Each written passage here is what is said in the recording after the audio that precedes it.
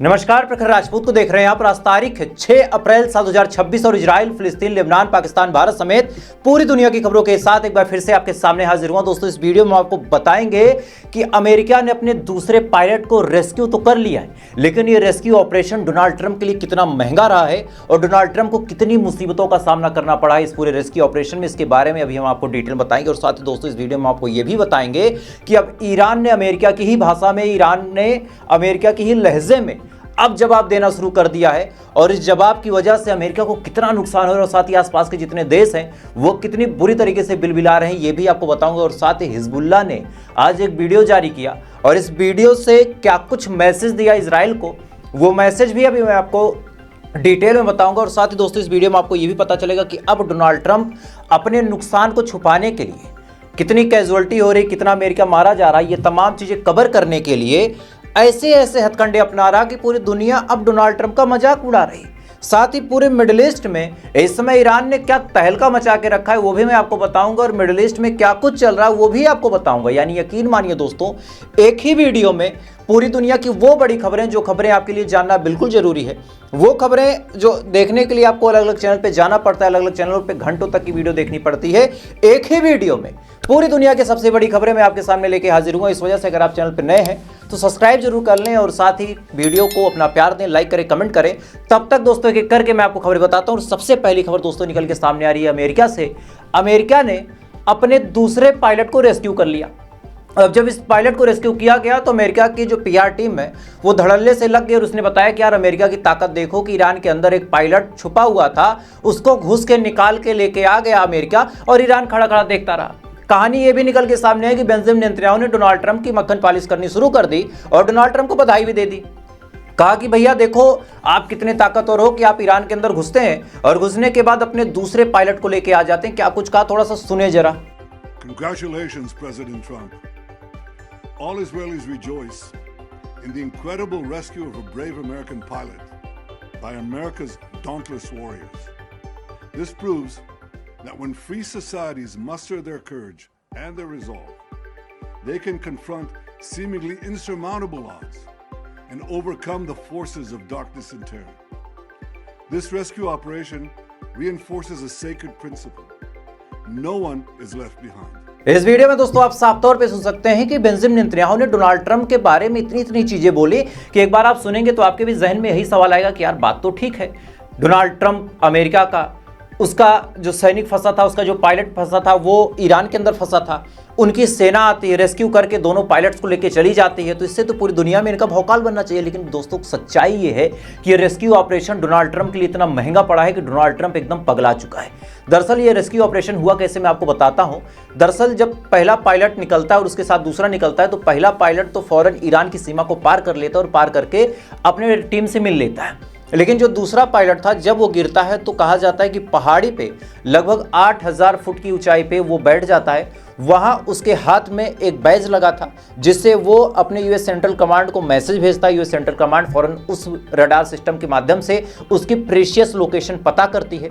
इधर जो ईरान के लोग थे उनको लोकेशन पता नहीं था, हालांकि वो लोग खोजने निकलते हैं, लेकिन जब यूएस सेंट्रल कमांड को उसकी लोकेशन मिल जाती है तो यूएस सेंट्रल कमांड उसको गाइड करता है। गाइड करने के बाद बताता है कि तुम फला जगह आ जाओ, हमारे जो हेलीकॉप्टर है तुमको वहां से बचा लेंगे और बचा के तुमको लेके चले जाएंगे। अब उस पहाड़ी की दरार में छुपे छुपे इधर उधर वो पायलट देखता है अपने आप को, उसके बाद अपने कपड़े तक चेंज कर देता है ताकि कोई उसको पकड़ ना पाए और देखने वालों को भी लगे कि कोई लोकल ईरानी नागरिक है। इसके बाद धीरे धीरे करके वो ग्राउंड की तरफ निकलता है और उसके बाद अमेरिका की जो एयरफोर्स है वो आती है और आने के बाद उसको वहां से रेस्क्यू करके चली जाती है। अब ये चीज़ दोस्तों देखने और सुनने में जितनी आसान लगती है अमेरिका के लिए उतनी आसान थी नहीं। इस पूरे रेस्क्यू ऑपरेशन में अमेरिका को कम से कम हजारों करोड़ का नुकसान हुआ और कैसे हुआ अब मैं आपको बताता हूं। कायदे से देखा जाए तो 1000 करोड़ से ज्यादा का नुकसान हुआ। दरअसल इस पूरे रेस्क्यू ऑपरेशन में अमेरिका के 2 KC-130 जो प्लेन है उनको मार के ईरान ने खत्म कर दिया और उसका पहले पूरा मंजर देखें आप।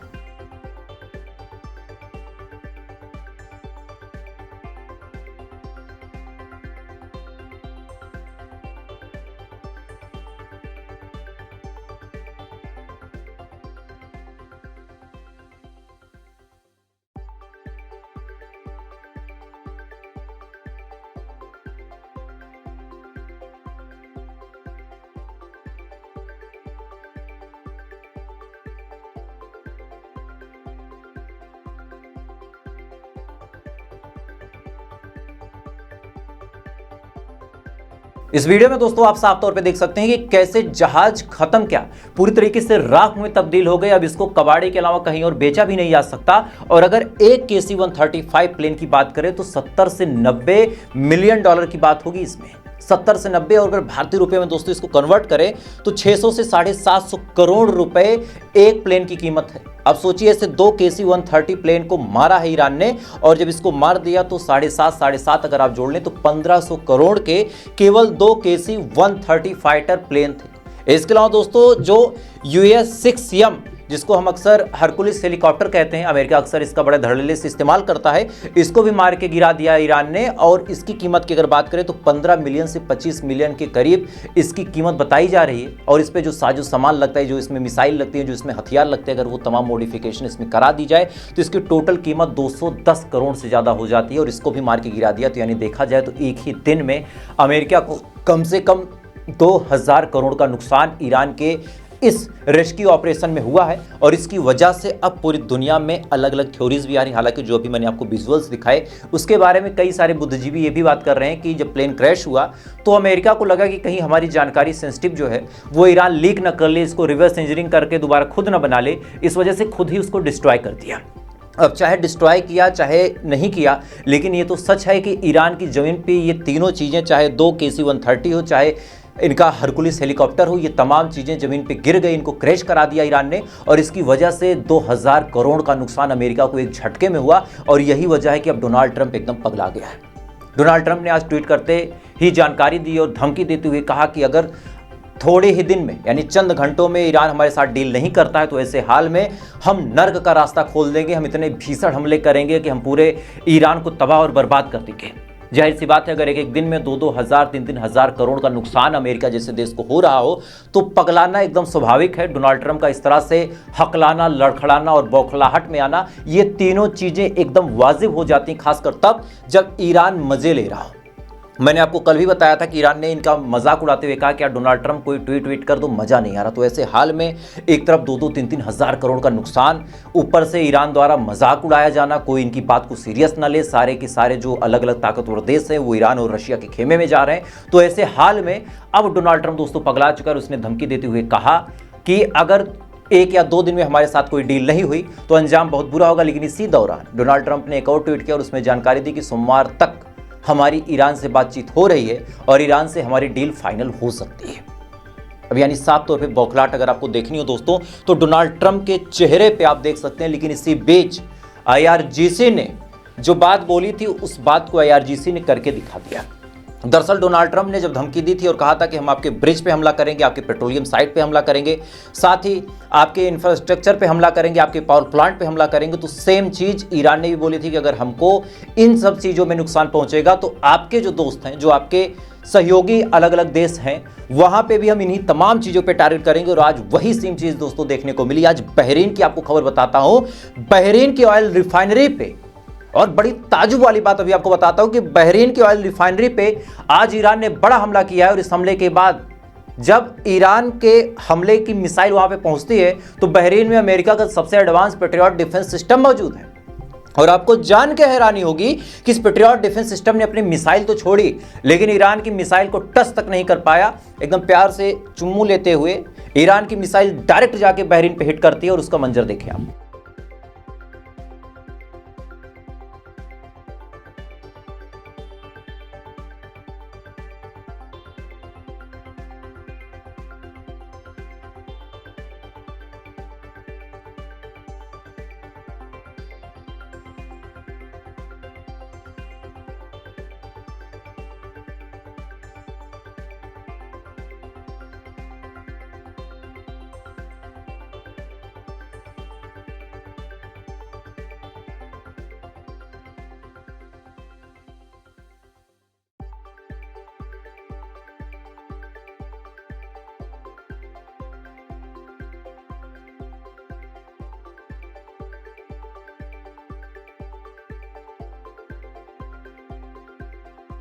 इस वीडियो में दोस्तों आप साफ तौर पे देख सकते हैं कि अमेरिका का जो डिफेंस है ईरान के हमले के आगे कितना बौना नजर आता। आप सोच के देखिए कि जिस डिफेंस को ये पूरी दुनिया में बेच रहे थे, और ऐसा नहीं है कि आज ये जंग खत्म हो जाएगी तो अमेरिका का नुकसान नहीं होगा। जितनी मिसाइलें ईरान ने मारी हैं और इनका डिफेंस जितना फेल हुआ है, आज पूरी दुनिया का भरोसा अमेरिका के डिफेंस से हट गया। एक समय ऐसा था, अभी 6 महीने पहले तक लोग कहते थे कि यार अमेरिकन हथियार हमको चाहिए, लेकिन आप देखिए कि इनके तमाम मार्केटर्स धीरे धीरे क्रैश हो रहे हैं, क्योंकि सबको अब ईरान की मिसाइल पे ज्यादा भरोसा है बशर्ते अमेरिका के डिफेंस पे।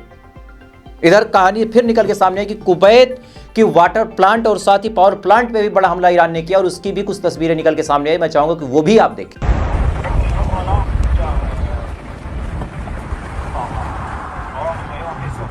इसके अलावा दोस्तों खबर यह भी निकल के सामने आई कि अबू धाबी, जो बीच में बहुत धमकी दे रहा था ईरान को, ईरान के खिलाफ बड़ा जहर वहर उगल रहा था, अबू धाबी के पेट्रो प्लांट पे भी ईरान ने बड़ा हमला किया है, और इस हमले से अबू धाबी को भी दोस्तों भारी नुकसान देखने को मिला। और इसी बीच दोस्तों बड़ी अपडेट निकल के सामने आ रही है इजराइल के हाइफा के हवाले से। दरअसल इजराइल के हाइफा पे भी ईरान की मिसाइलों के गिरने की खबर निकल के सामने आई है, और लगातार इनके जो डिफेंस थे सब फेल हो गए, और किस हिसाब से मिसाइल इंपैक्ट करती वो भी आप देखें।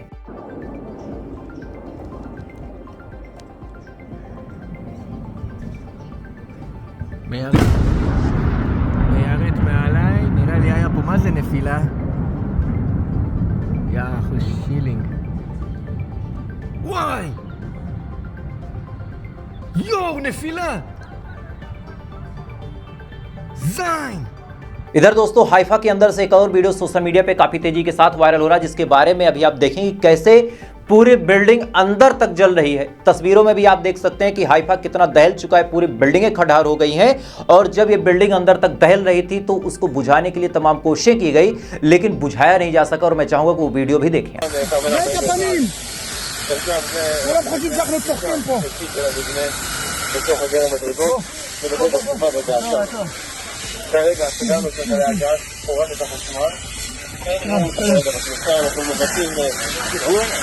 इस वीडियो में आप साफ तौर पे देख सकते हैं कि किस हिसाब से उस बिल्डिंग को फूंक के रख दिया है ईरान के हमले ने, और उसके बावजूद भी कुछ भी इजराइल नहीं कर पा रहा। आप सोचिए, इजराइल आमतौर पे दिन भर में 20-30 अटैक करता था, लेकिन आज वो तमाम अटैक रुक गए हैं, और आज इजराइल के पास कोई भी ऑप्शन नहीं बचा। और इसी बीच दोस्तों खबर निकल के सामने आई है कि हिजबुल्लाह ने भी एक वीडियो जारी किया लगभग 1.5 से 2 मिनट का, और हिजबुल्लाह ने भी दिखाई कि कैसे उसने तेल अवीव को टारगेट किया है, और अंडरग्राउंड टनल के जरिए किया है। यानी जो रॉकेट लॉन्चर था उसको बाहर नहीं निकाला, अंदर ही अंदर उसने उस रॉकेट लॉन्चर से रॉकेट को लॉन्च किया, और वो तमाम चीज़ें तेल अवीव पे जाके गिरती, वहाँ पे बड़ा इंपैक्ट करती। और मैं चाहूँगा कि हिजबुल्लाह ने जो वीडियो रिलीज किया, मैं कोई इसमें छेड़छाड़ नहीं करूँगा, आप पूरा वीडियो देखें।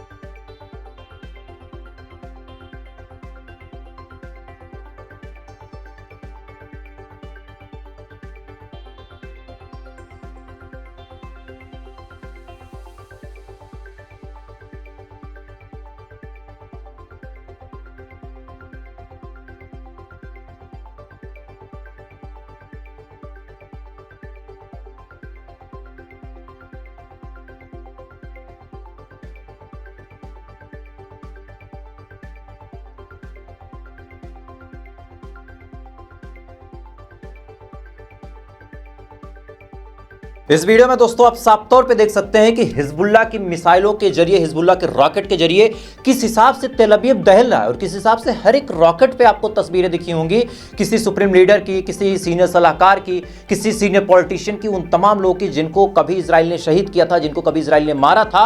और यही वजह है कि आज हिजबुल्लाह भी जब मौका पा रहा है तो बड़े तरीके से बदला ले रहा है। और इसी दौरान दोस्तों अब अमेरिकन जो हुक्मरान है बुरी तरीके से पगला चुके हैं।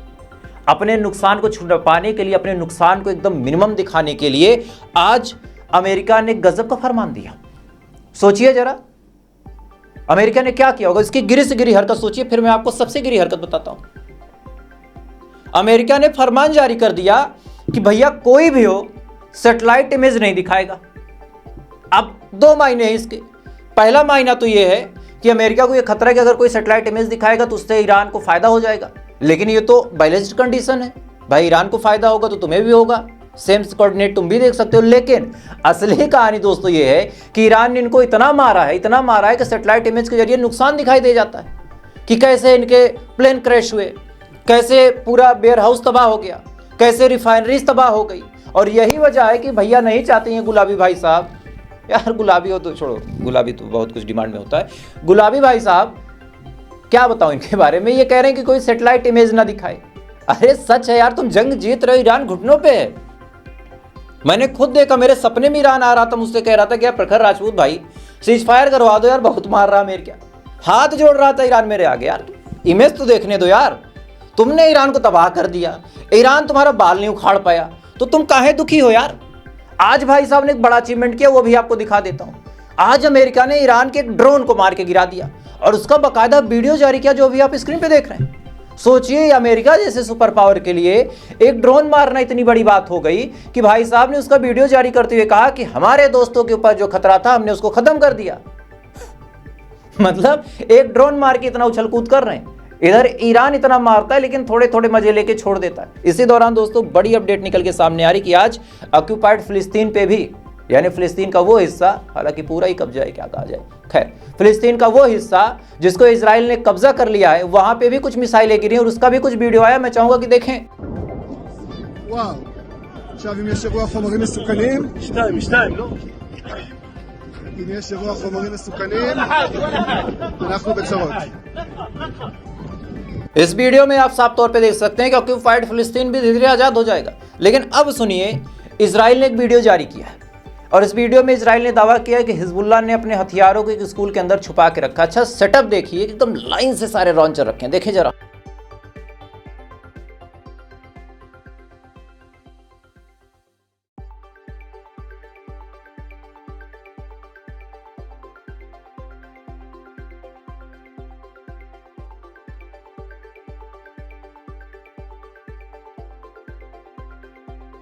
इस वीडियो में दोस्तों आप साफ तौर पे देख सकते हैं कि बढ़िया सेटअप से, सोचिए जंग के माहौल में हिजबुल्लाह ऐसे रॉकेट रख रहा, ऐसे हथियार रख रहा है यार कि एकदम समझ रहे हैं, जैसे शादी वादी में बढ़िया स्टॉल सजाया हो।